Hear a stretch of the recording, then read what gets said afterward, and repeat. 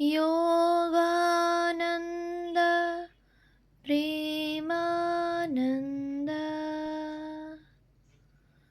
सन्निभूये च पार्षदः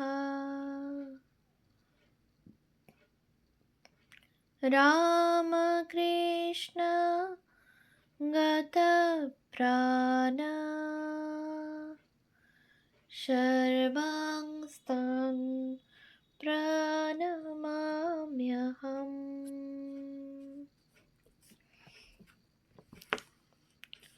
পূজনীয় স্বামী চেতনানন্দ জি মহারাজের রচনা প্রাচীন সাধুদের কথা, প্রথম খণ্ড, গ্রন্থ থেকে পাঠ, পৃষ্ঠা সংখ্যা 28, স্বামী বীরেশ্বরানন্দ, 1892 থেকে 1985।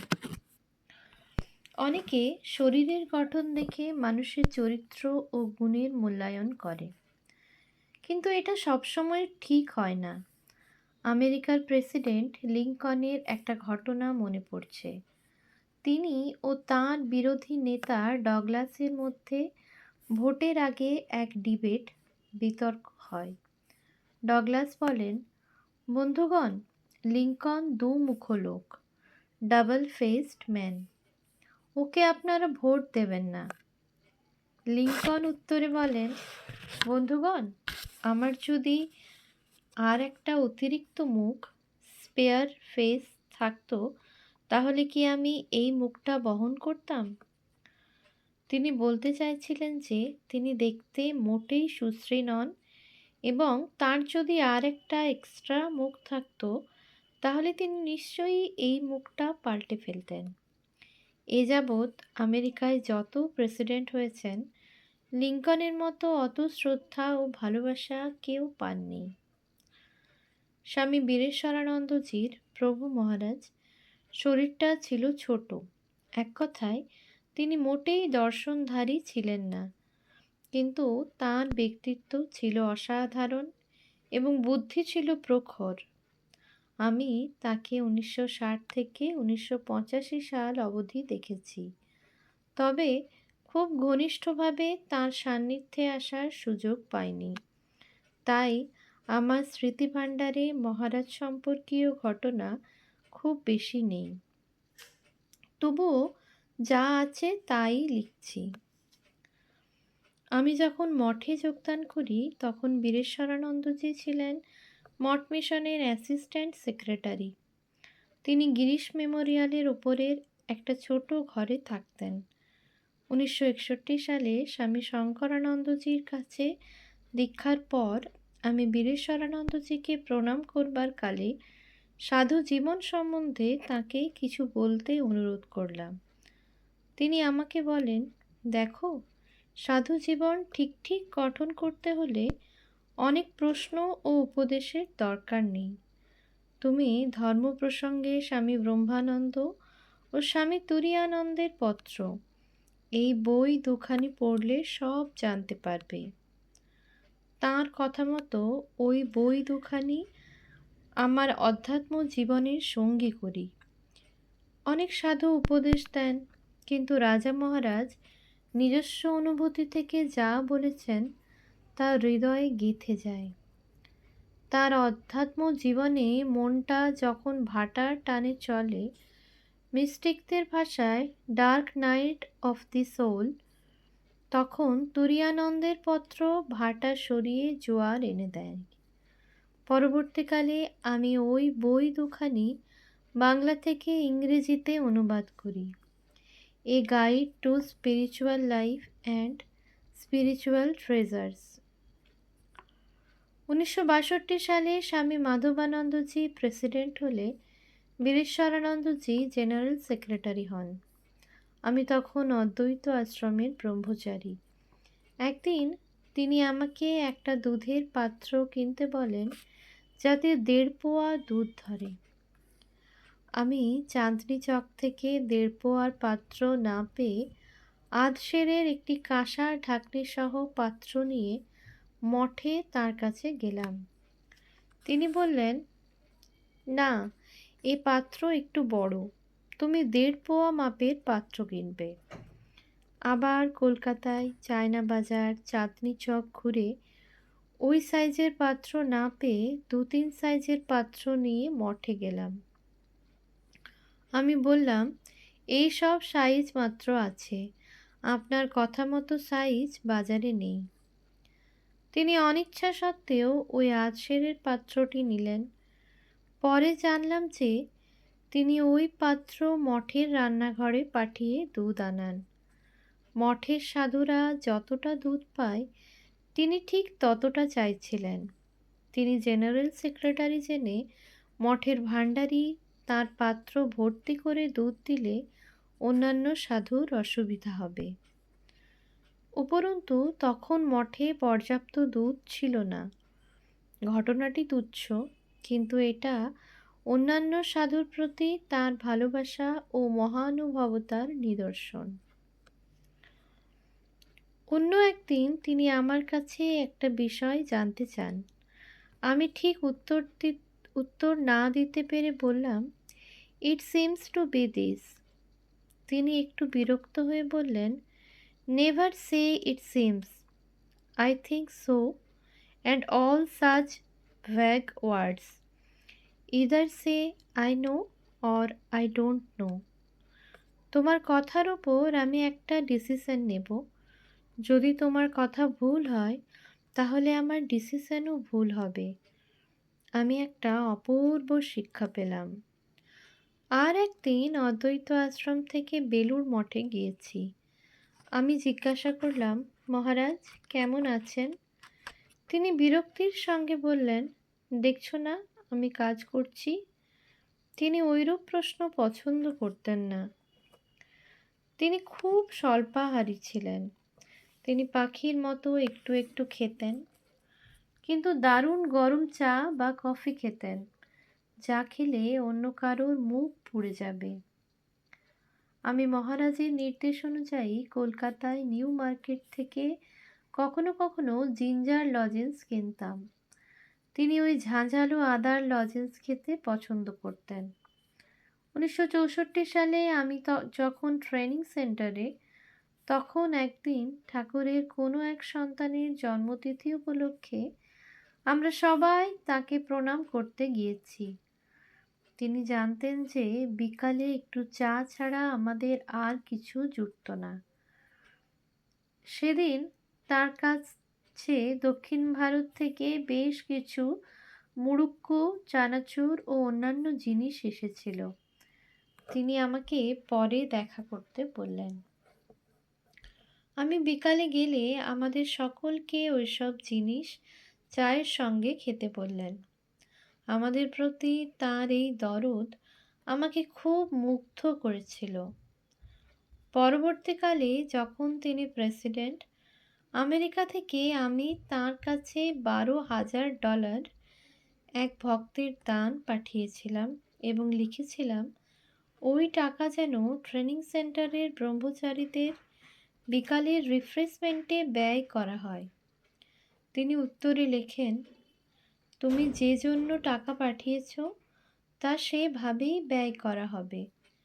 তবে জেনে রেখো, এখন ব্রহ্মচারীদের বিকালে রিফ্রেশমেন্টের ব্যবস্থা হয়েছে। 1970 সালের ফেব্রুয়ারি মাসে বীরেশ্বরানন্দজি লখনৌতে বিবেকানন্দ পলিক্লিনিক উদ্বোধন করতে যান। আমরা প্রায় 160 জন সাধু সমবেত হয়েছিলাম। স্বামী শ্রীধরানন্দজি খুব সুন্দর ব্যবস্থা করেছিলেন। সাধুদের ব্রহ্মাবর্ত, অযোধ্যা ও নৈমিষারণ্য দেখার সুযোগ হয়েছিল। প্রভু মহারাজ গড়গড়াতে তামাক খেতেন। শ্রীধরানন্দজি তাঁর জন্য লখনৌয়ের খুব দামি সুগন্ধি তামাক কিনে আনেন। তিনি তা সেবন করে খুব খুশি হয়ে শ্রীধরানন্দজিকে বলেন, ওহে, তুমি তো আমাকে তামাক খাওয়ালে, এখন বেলুড় মঠে বিকাশ, দ্বারকা ও হিতানন্দ তামাক খায়। ওদের জন্য তুমি কিছু এই তামাক ক্রয় করো। এতে বোঝা যায় মহারাজ অন্যান্য সাধুর কথা কেমন ভাবতেন। আমি তখন বেলুর মঠের ট্রেনিং সেন্টারে। স্বামীজির জন্মদিনে আমার ডিউটি পড়েছিল স্বামীজির ঘরে। ভক্তেরা স্বামীজিকে নিবেদন করবার জন্য নানা রকম দামি সিগারেট আনতেন। আমার দায়িত্ব ছিল দিনে কয়েকবার সিগারেট ধরিয়ে স্বামীজির টেবিলের ওপর একটা সিগারেট ট্রেয়ের ওপর রাখা। সন্ধ্যার পর স্বামীজির ডিনার নিবেদন করবার পর প্রভু মহারাজ স্বামীজির ঘরে এলেন। স্বামীজির পাদুকার ওপর প্রণাম করে আমাকে বললেন, দেখো তো স্বামীজির আর সিগারেট প্রসাদ আছে কি না। আমি কয়েকটা প্যাকেট তাকে দিলাম। তিনি ওগুলি নিয়ে গেলেন। আমি অনেক সময় তাকে গড়গড়া বা সিগারেট খাওয়ার সময় গভীর চিন্তামগ্ন হতে দেখেছি। প্রভু মহারাজের ভিতর উপচে পড়া ইমোশন কখনো দেখিনি। তবে সাধুদের প্রতি তার ভালোবাসা তার কথা ও কাজে প্রকাশ পেত। তিনি সাধুদের প্রতি খুব ক্ষমাশীল ছিলেন। কর্মবিমুখ সাধুদের তিনি দীর্ঘকাল মঠে রেখে দিতেন এবং পরে তাদের কাজে লাগাতেন। একবার তিনি আমাকে বলেন, দেখো এই সঙ্ঘে বিভিন্ন রকমের সাধু আছে, আমাদের সবাইকে নিয়ে থাকতে হবে। কম্বলের লোম বাঁচতে গেলে শেষে কম্বলই থাকবে না। তিনি বলতে চাইছিলেন যে কেউ পারফেক্ট নয়। আমরা ঠাকুরের সঙ্গে পারফেক্ট হওয়ার জন্য এসেছি। দোষে গুণে মানুষ। তিনি সবাইকে সাধু জীবন যাপন করবার সুযোগ দিতেন। 1965 সালের মার্চ মাসে আমি তাকে বললাম, মহারাজ আমাদের ট্রেনিং সেন্টারে সেকেন্ড ইয়ারের কনভোকেশনে আপনাকে আসতে হবে। তিনি রাজি হলেন এবং বললেন, তুমি স্বামী জ্যোতিষানন্দজিকেও নিমন্ত্রণ করো প্রিসাইড অর্থাৎ সভাপতিত্ব করতে। আমি তার কথা মতো জ্যোতিষানন্দজিকে আমন্ত্রণ জানালে তিনি প্রথমে রাজি হলেন না। আমি একটু ছেলে মানুষই করে বললাম, Maharaj how can there be convocation without the vice chancellor. তার কাছে এক ধমক খেলাম। অবশ্য তিনি এসেছিলেন এবং সাধু জীবন সম্বন্ধে কতকগুলি উপদেশ দিয়েছিলেন। সেসব কথা লিখে রাখলে কত মূল্যবান তথ্য সুরক্ষিত হতো। 1965 সালের অক্টোবর মাসে স্বামী মাধবানন্দজির দেহত্যাগের পর প্রেসিডেন্টের পদ বেশ কয়েক মাস শূন্য থাকে। অবশেষে 1966 সালে ঠাকুরের জন্মতিথিতে 22 ফেব্রুয়ারি 1966 প্রভু মহারাজ সংঘের 10ম প্রেসিডেন্ট হন। ওই দিন তিনি ব্রহ্মচর্য ও সন্ন্যাস দেন। আমি ওই দিন তার কাছে ব্রহ্মচর্য দীক্ষা পাই এবং 1969 সালের 19 ফেব্রুয়ারি সন্ন্যাস দীক্ষা পাই। 1971 সালে জানুয়ারির প্রারম্ভে স্বামী নির্বাণানন্দজি আমাকে অদ্বৈত আশ্রম থেকে ডেকে জানালেন, আমি তোমার নাম হলিউড আশ্রমের জন্য সাজেস্ট করেছি। প্রভু মহারাজ যদি তোমাকে কিছু জিজ্ঞাসা করেন তুমি না করো না।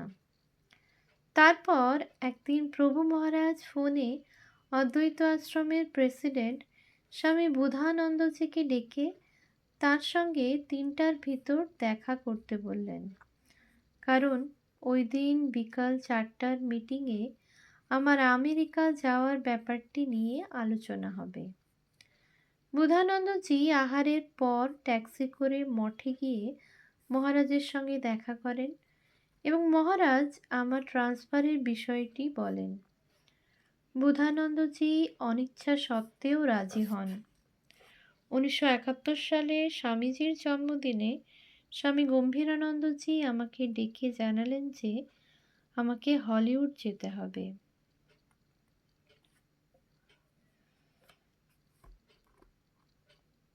তারপর আমি প্রভু মহারাজকে বললাম, মহারাজ আমি কখনো দক্ষিণ ভারত দেখিনি, আমাকে 1 মাসের ছুটি দিন। তিনি সানন্দে অনুমতি দিলেন। আমি ওই সময় মাদ্রাজ, তিরুপতি, ত্রিচি, রামেশ্বর, মাদুরাই, ত্রিবান্দ্রাম, কন্যাকুমারী, কোয়েম্বাতুর, উটি, মহীশূর, ব্যাঙ্গালোর, মাদ্রাজ হয়ে কলকাতা ফিরে যাই। তারপর বোম্বাইয়ের গেটওয়ে অফ ইন্ডিয়াতে 1971 সালের 31শে মে স্বামীজির মূর্তি প্রতিষ্ঠা উপলক্ষে খুব বড় অনুষ্ঠান হয়। স্বামী হিরণময়ানন্দজি তখন বোম্বাই আশ্রমের প্রেসিডেন্ট। প্রভু মহারাজ, ভরত মহারাজ, সূর্য মহারাজ ও অন্যান্য বিশিষ্ট সন্ন্যাসী ওই অনুষ্ঠানে উপস্থিত ছিলেন। 24শে মে আমি গম্ভীরানন্দজি ও নির্বাণানন্দজির সঙ্গে মঠ থেকে বোম্বাই যাই। ওই সময় বোম্বাই আশ্রমে একটা গ্রুপ ফটো তোলা হয়। ওম শান্তি শান্তি শান্তি।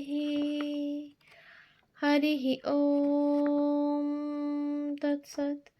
শ্রীরামকৃষ্ণার্পণমস্তু।